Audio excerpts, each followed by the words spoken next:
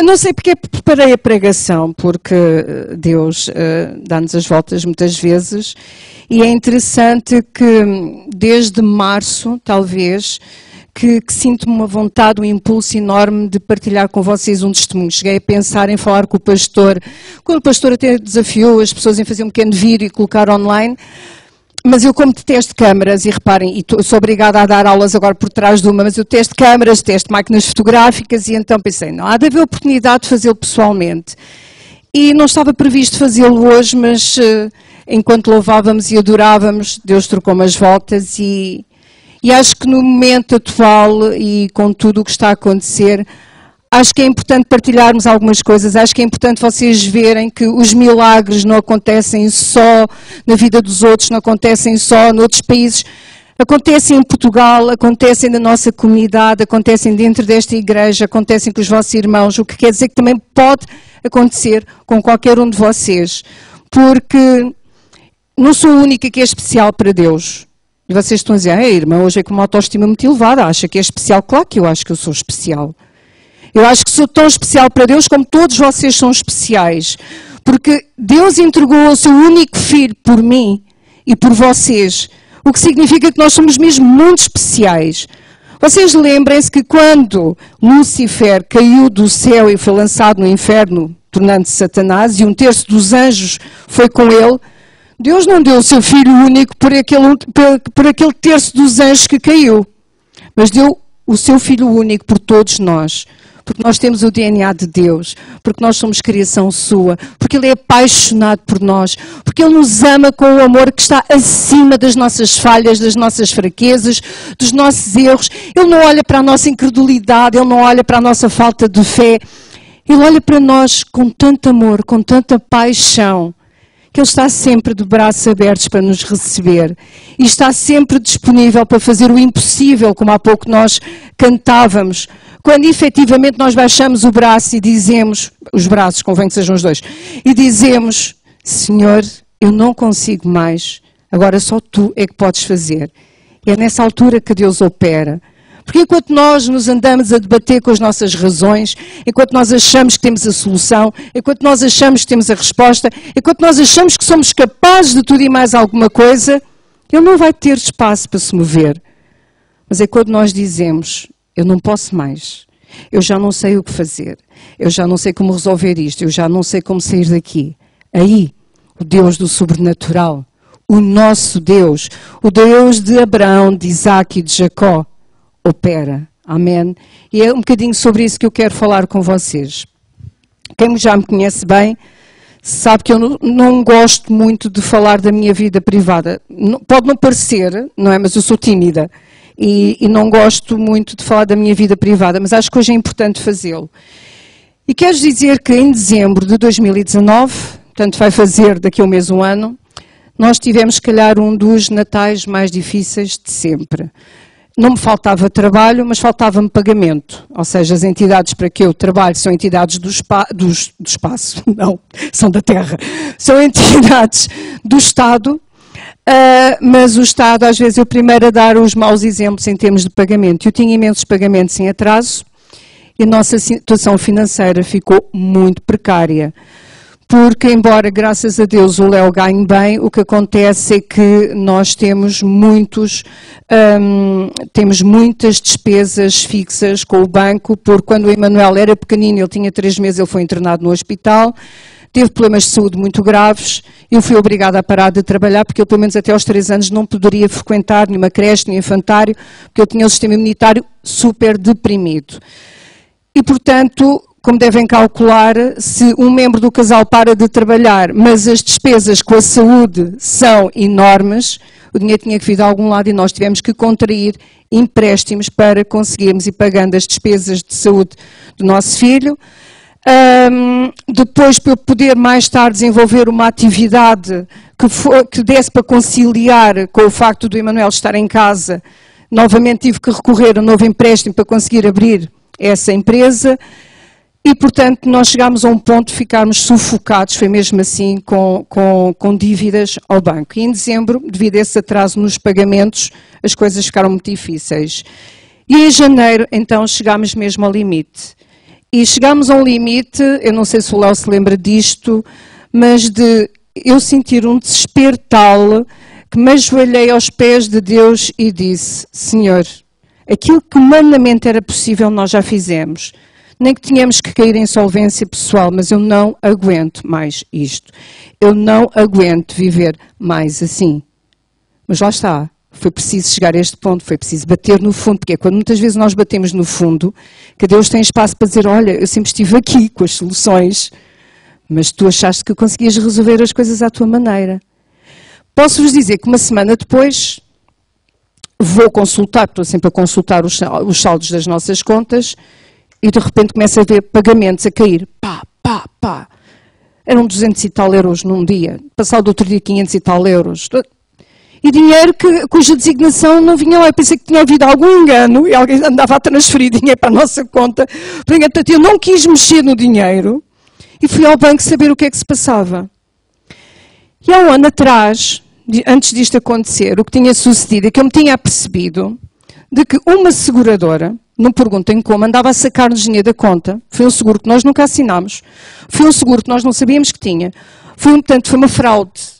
E tinham-nos andado a sacar dinheiro durante aquele tempo todo. Posso-vos dizer que foram mais de 7 anos a tirarem-nos todos os meses, como eram pequenas quantias, nós não nos apercebemos. E o que me chamou a atenção é que comecei a ver a duplicação de valores. E como comecei a ver a duplicação de valores, fui investigar, fui ver os extratos todos e percebi que estava a haver uma fraude. Denunciei ao banco. O banco, na altura, não deu resposta. Aperceberam-se que realmente alguma coisa estava errada. Ficaram assustadíssimos, porque eu própria, graças a Deus, Ele dá-nos sabedoria e inteligência. Eu comecei a perceber, para aquilo acontecer, a seguradora tinha que ter acesso aos nossos dados bancários, e para ter acesso aos nossos dados bancários, só alguém dentro do banco é que os podia ter fornecido. Portanto, isto tinha que ser uma fraude feita entre banco e seguradora. Eu comecei a mexer naquilo, mas claro, eles estavam com imenso trabalho, aquilo foi andando devagarinho, até que demoraram tanto tempo que eu acabei por me esquecer do assunto. Mas Deus não se esqueceu. E o que acontece é que quando estes pagamentos começam a cair na conta, e eu fui perguntar ao banco o que é que se passava, então foi a própria subgerente do banco que me disse: Carla, eu nunca me esqueci do assunto, e arranjei um bocadinho, fui pesquisar isto a fundo, descobri a fraude, consegui comprovar tudo, e o que vocês estão a receber é todo o dinheiro que a seguradora vos sacou do banco durante este tempo todo. Portanto, eu esqueci-me do assunto, mas Deus não esqueceu e lembrou a alguém que aquele dinheiro nos devia. Eu costumo dizer, eu já estou a ficar toda arrepiada só de me lembrar disto, eu costumo dizer que este dinheiro que nos foi tirado do banco foi a poupança que Deus andou a fazer para nos ajudar a enfrentar aqueles tempos difíceis, até que a entidade que me estava a dever dinheiro o repusesse. E foi uma lufada de ar fresco. Deus surpreende-nos sempre. Nós achamos sempre que os milagres acontecem de uma forma, mas Ele consegue surpreender-nos sempre. Quando nós somos fiéis, e nós mesmo quando não tínhamos nada na conta, nós nunca deixámos de ser dizimistas. Quando somos fiéis, Deus também não falha, Deus não fica a dever, Deus não esquece. E no momento certo Ele atua. Mas as coisas não ficaram por aqui. Entretanto, vem o 13 de março, em que de repente tudo para, e como tudo parou, parou também a formação. E sabem, os professores que ficaram em casa durante um tempo sem fazer nada, quando digo sem fazer nada, atenção, estou a dizer sem fazer nada, claro que eles fazem sempre alguma coisa, mas não estavam a dar aulas, eles têm um salário fixo, continuam a receber. Um formador, quando deixa de ter trabalho, como nós estamos a recibos verdes, não nos pagam, ou seja, o tempo que estivemos parados, certo, nós não recebemos. O que é que acontece? Vem a moratória do Estado e, portanto, deixámos de precisar de pagar os créditos até, penso que foi prolongado até setembro, não é, do próximo ano. Outro milagre de Deus. Ah, mas não foi só março? Eu tinha ouvido dizer que tinha sido prolongado até setembro. Pode ser. Obrigado, Miguel. Até março. Uau, oh Senhor, mais uma vez, tu estiveste aqui nesta situação. Mas não só. Eu comecei logo a pensar, espera, eu e milhares de formadores acabámos de ficar sem trabalho. Entrei em contato com uma das entidades em que eu dava a formação e disse, vamos arrancar com formação online. Todos os cursos estavam previstos, arrancamos na mesma com eles, vamos para a formação online. Oh, Carla, mas as pessoas estão em casa, estão preocupadas, estão... Vamos dar formação de quê? E eu orei, pus-me, durante dias escrevi, dias debaixo da orientação de Deus, escrevi, sobre planos de formação para mim, para os meus colegas. Não foi só pensar em mim, foi para mim, para os meus colegas. Foi tudo autorizado e fomos a primeira entidade a arrancar com a formação online. Portanto, Deus usou-me não só para eu continuar a ter o nosso sustento, mas também para que muitos colegas meus que também ficaram em situações muito complicadas continuassem a ter o seu sustento. Mais ainda, Deus usou, e ainda nem sequer, nós às vezes estamos a pensar assim, já Deus está a pensar. Deus usou esta formação online para eu chegar, que de outra forma não seria possível. Eu sou, e o pastor sabe, que eu sou um bocadinho anti-redes sociais. Um dia eu explico-vos porquê, porque só estava para uma pregação. Mas Deus usou, como Ele sabia que eu não gostava de redes sociais, usou a formação à distância para eu conseguir chegar a pessoas de todo o país. Por engano, até pessoas das ilhas se inscreveram. E o que começou a acontecer é que as pessoas não só estavam a receber os conteúdos que eu ministrava, como começaram a colocar questões sobre tudo o que se estava a passar, porque as pessoas andavam e continuam a andar confundidas com tanta informação contraditória que há sobre a Covid-19. Por detrás disso começaram a falar das suas realidades. As realidades estavam a viver nos seus locais de trabalho e as realidades estavam a viver nas suas casas. Eu ouvi testemunhos terríveis. Eu ouvi testemunhos que, eu ainda há pouco partilhava isso com a Alcina, que tive que fazer das tripas coração para não chorar à frente de toda a gente. Porque, como também a Alcina dizia, o que a comunicação social passa não é bem o que está a acontecer. Há coisas muito piores a acontecer. E o que é certo é que quando dei por mim, eu estava a ministrar à vida destas pessoas. E às vezes o Léo, a Débora e o Emanuel ficavam muito tristes porque muita da formação era dada à noite.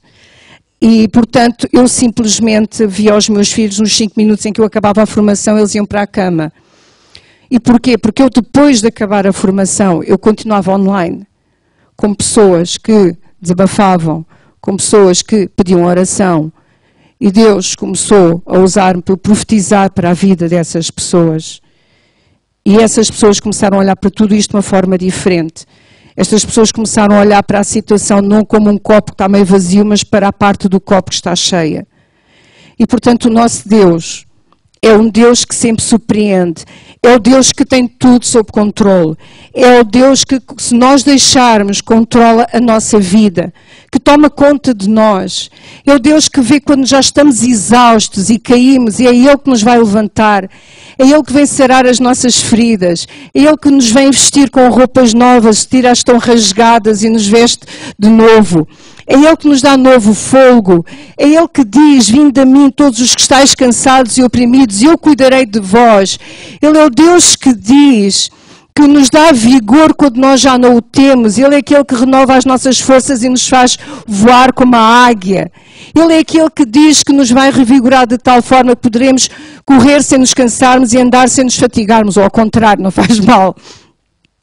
Mas Ele é o Deus do impossível, como cantávamos hoje de manhã. E o mesmo Deus que tem feito estes milagres na nossa vida, que nos tem usado para nós tocarmos a vida de outras pessoas, que nos tem usado para levar alento, mesmo através de uma câmara de um computador, para levar esperança, para levar luz, para levar alegria, para levar ânimo.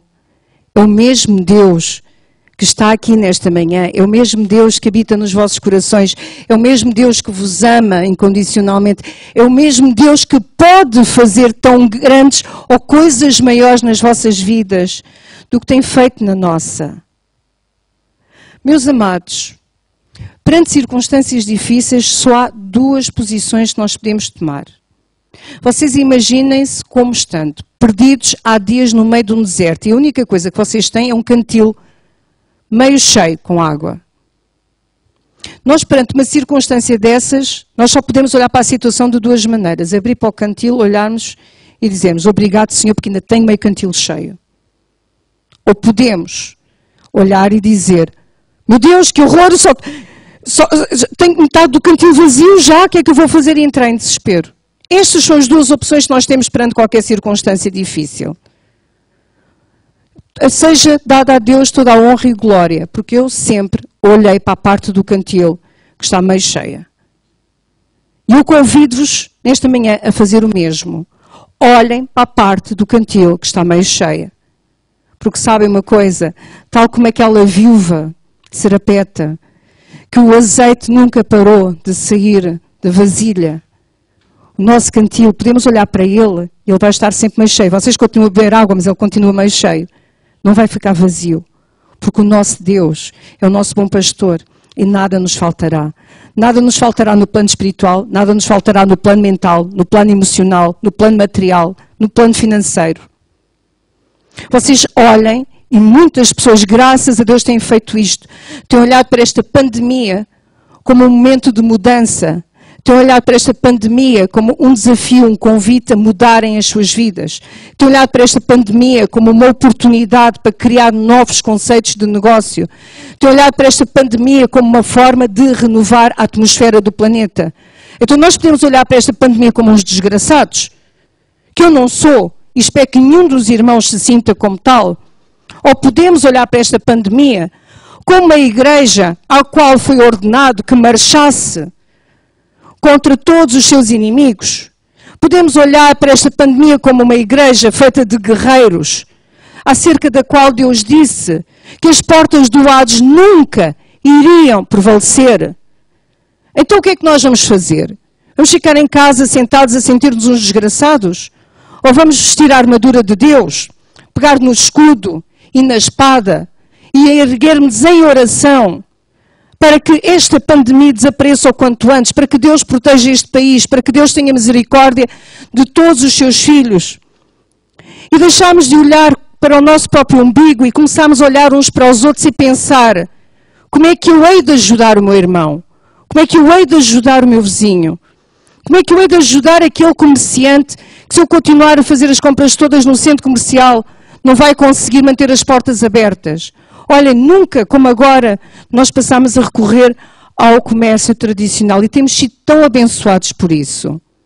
E sabem uma coisa, não só somos abençoados, como temos tido a oportunidade de abençoar outros. Há um senhor que é o dono de uma frutaria e que ele normalmente só abre ao sábado à tarde para nós podermos lá ir. E como não está lá mais ninguém, é connosco que ele desabafa. Já foi connosco que ele chorou várias vezes. Então, é estarmos atentos a isto, é estarmos atentos a quem é que está a precisar do nosso abraço. Ai, irmã, o distanciamento social. Pois é, mas o distanciamento social é um distanciamento físico. E nós fizemos muito pior do que isto. Nós distanciámos-nos socialmente, psicologicamente das pessoas. As pessoas começaram a ser tratadas como se tivessem lepra ou peste negra. Isto não é isolamento nem distanciamento social. Isto é pura e simplesmente do egoísmo atroz. Não é isso que Deus quer. E digo-vos uma coisa, muitas vezes os meus formandos das aulas presenciais, alguns são toxicodependentes, ou seja, podem ser portadores de hepatite, podem ser portadores de HIV, podem ser portadores de tuberculose, podem ser portadores, porque alguns não param de tossir. Portanto, Covid-19 perante um público deste é o que menos me preocupa. E eles, quando precisam de me abraçar, abraçam. E quando me pedem para lhes dar um beijinho, eu dou um beijinho. E quando as meninas precisam deitar a cabeça no colinho, elas deitam. E até agora, graças a Deus, eu não apanhei Covid-19, nem qualquer outra coisa, porque o meu Deus me protege. E digo-vos mais, e se eu apanhar e tiver que ir para o hospital, eu vou continuar despreocupada na mesma, porque de todas as vezes que Deus me enviou para o hospital, foi sempre a ministrar a alguém que estava na cama ao lado, ou alguém que estava sentado nas urgências.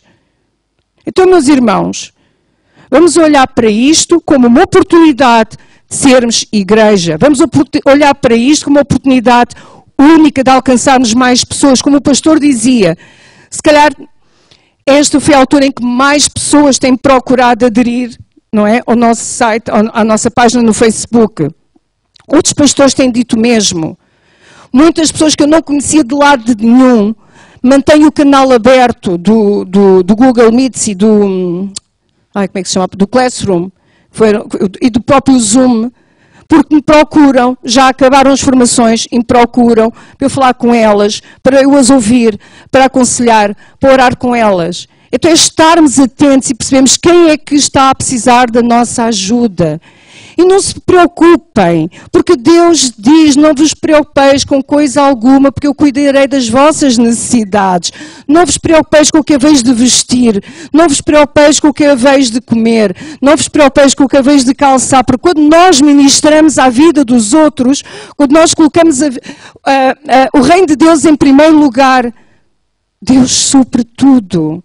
E quando vamos a dar por ela, nada nos está a faltar, porque quando nós estendemos a mão ao outro e nos esquecemos de nós, é quando Deus trata de nós, é quando Deus cuida de nós.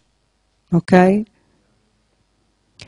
O Deus de Isaac, o Deus de Abraão, de Isaac e Jacó, o Deus de Jesus Cristo, o Deus de Israel, é o mesmo Deus hoje.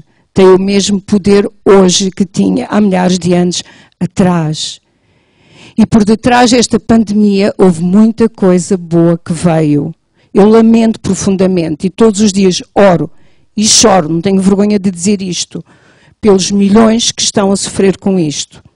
Pelos milhões que vocês não sabem, porque os números, quando falamos do continente asiático, quando falamos do continente americano e do continente africano, são muito superiores, porque não se trata só das vítimas diretas, trata-se de toda a pobreza, de toda a miséria que já havia e que se acentuou por causa disto, ok?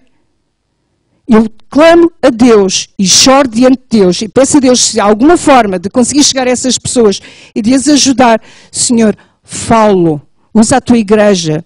Se não houver mais ninguém, leva-me a mim. Eu costumo dizer, eu tenho todos os defeitos do mundo, mas eu digo muitas vezes a Deus, olha Senhor, apesar de eu ser tão pequenina, apesar de ser tão frágil, se mais ninguém quer ir, leva-me a mim, envia-me a mim.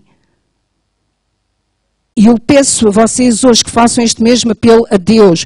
Vocês fazem falta. Vocês são peças fundamentais do reino de Deus, onde Deus vos plantou. Seja no vosso local de trabalho, seja nas vossas escolas, seja na família, seja no bairro onde moram. Vocês sabem que foi preciso o confinamento de março para eu ficar a conhecer os meus vizinhos. E eles a nós. Sabem que nós nunca estivemos tão próximos dentro daquele prédio, porque nós não podíamos sair dali para lado nenhum, como nesta altura. Sabem que os meus filhos, como eles estudam em Coimbra, eles não tinham amigos na Lausanne e agora têm amigos na Lausanne, porque foi preciso este confinamento. Vocês sabem que a poluição na atmosfera baixou mais de 60% durante a primeira fase de confinamento? Porque houve as fábricas mais poluidoras do nosso planeta tiveram que parar, então a atmosfera pode-se revitalizar. Vocês sabem que quando eu parei no dia 13 de março, eu estava com todos os sintomas, e alguns de vocês sabem bem o que isso é, de síndrome de burnout. E se não tivesse parado, só Deus sabe o que é que me teria acontecido. Porque eu, durante o confinamento, durante a noite, eu tive um AIT, um acidente isquémico transitório, digamos que é um mini AVC, devido ao excesso de trabalho. Ok? E o descanso veio no momento certo. Os meus filhos andavam estourados por terem que ir todos os dias, levantar-se cedíssimo para poderem ir para a escola e chegavam todos os dias tarde a casa, deitavam-se tarde. Puderam finalmente descansar e retomar as suas forças. Os meus filhos sentiam falta da mãe, puderam estar com a mãe. Então não me venham dizer que tudo foi mau, ou que tudo está a ser mau. Não, agora Deus muitas vezes...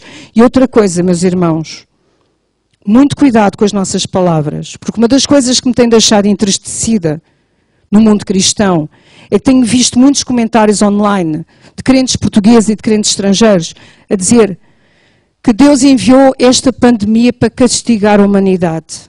Deus não envia pandemias. Deus de amor, o Deus do amor incondicional envia pandemias, envia vírus mortíferos para destruir a humanidade. Não, meus amados, não foi Deus que enviou pandemia alguma. Deus permitiu. Deus está-nos a dar as armas que necessitamos para lutar? Está. Deus está a proteger-nos? Está. Deus continua a cuidar de nós? Continua.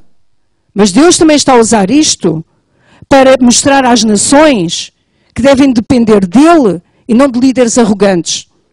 Deus também trouxe isto para nos mostrar a nós que devemos orar mais pelos nossos governantes. Deus trouxe isto para nos levar a perceber que é tão fácil sermos treinadores de bancada. Toda a gente critica o governo. Atenção, eu não estou a dizer que sou PS. Mas eu costumo dizer, em alturas em que o nosso país tem que estar alinhado com a vontade de Deus, em alturas em que o nosso país tem que ser defendido, eu sou de acordo com o governo que estiver lá. Não me interessa se é PS, se é PSD, se é Bloco de Esquerda, seja o que for. Ok? Deus diz-nos, orai pelos vossos governantes, orai por aqueles que estão em autoridade. Então o que nós vamos fazer é, faça sentido ou não, vamos orar por eles. Orar para que Deus lhes dê sabedoria. Porque eu digo-vos uma coisa, eu não queria estar no lugar deles.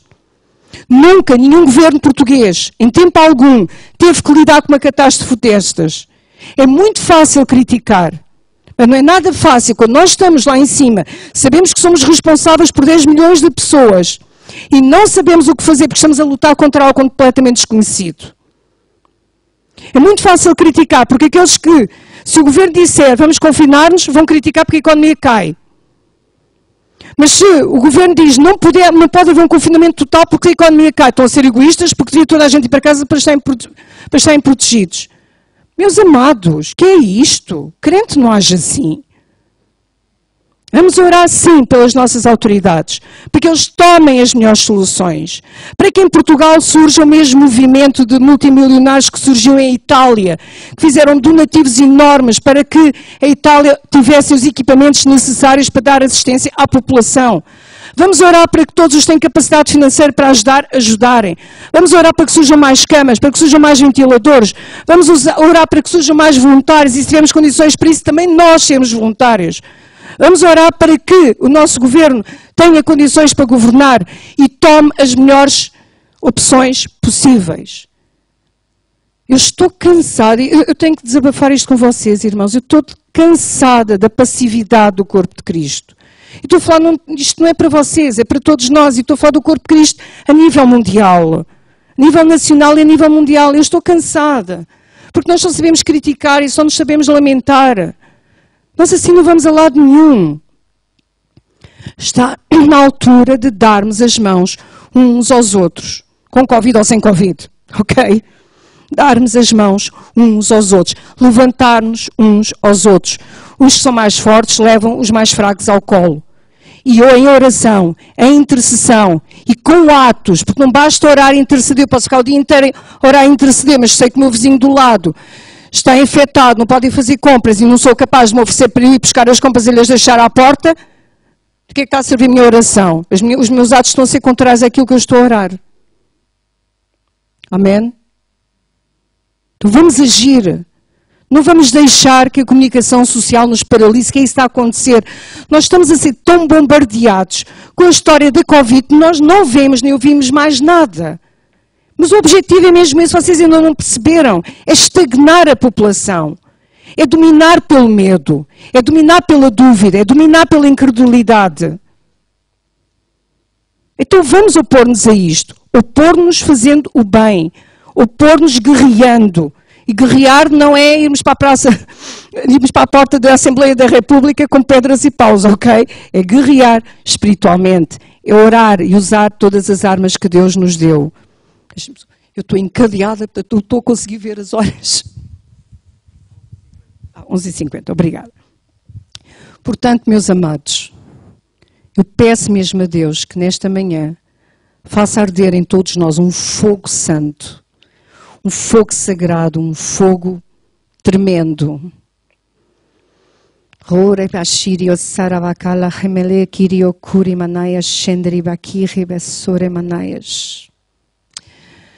Eu estava-me a lembrar de algo que eu acho que é tão poderoso, que se a memória não me falha, está em 2 de Reis, em que a cidade de Jerusalém, portanto estamos a falar do tempo do rei Ezequias, em que a cidade, Ezequias ou Zacarias agora? Não, Ezequias, disse bem, em que Jerusalém é rodeada pelo exército da Síria, um exército muito bem armado, muito poderoso, e o rei da Assíria mandava diariamente mensageiros irem até junto às muralhas de Jerusalém, proferir palavras ameaçadoras contra o povo, e em que colocava em causa inclusive o poder de Deus.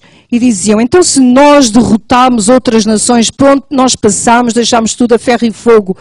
E os deuses deles nada puderam fazer para nos impedir. Quem é que vocês acham que são? Quem é que o vosso Deus acha que é para o conseguir fazer? E sabem, os guerreiros que estavam na parte de cima das muralhas tinham recebido instruções do rei para não responder. Mas é óbvio que estavam cheios de medo, nós também estaríamos. Imaginem o que é que estar no cimo da muralha, vocês olham e tudo o que vocês veem ao vosso redor é um mar de militares extremamente bem armados. Ok? E vocês confinados ao interior de uma cidade. Mas não era uma cidade qualquer. Era Jerusalém, não era um povo qualquer. Era o povo de Deus. E, entretanto, como isto não estava a resultar, o rei da Assíria manda uma carta ao rei de Israel, ao rei Ezequias, mais uma vez a ameaçar. Sabem o que é que o rei fez? O rei leu a carta, ficou tristíssimo e, a seguir, fez aquilo que todos nós devíamos fazer.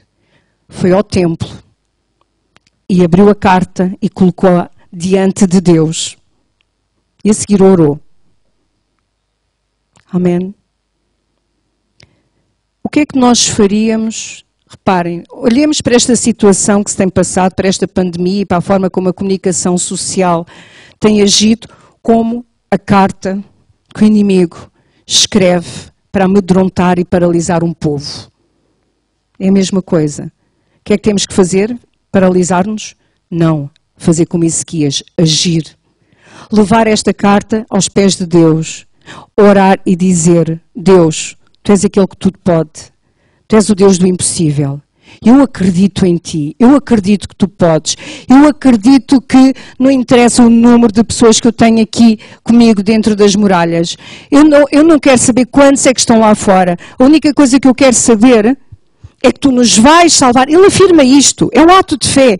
Tu vais nos salvar e isso será conhecido em toda a terra. Será conhecido em toda a terra que o Deus de Israel nos livrou para que Tu sejas honrado e glorificado em todo o lugar. E assim aconteceu. O exército assírio foi derrotado, foi desbaratado, foi destruído. E Senaqueribe acabou morto no seu próprio país. Ok? É se nós colocarmos esta carta diante de Deus. E se quisermos que Deus realmente seja honrado e glorificado através dos milagres que Ele está a fazer e que vai fazer na vida de todos nós, então esta é a melhor forma de nós derrotarmos a Covid-19 e o bichano que está por detrás dela. Ok? Então é nisto que nós temos que acreditar. É assim que temos que agir e não deixar-nos paralisar pelo medo. Amém?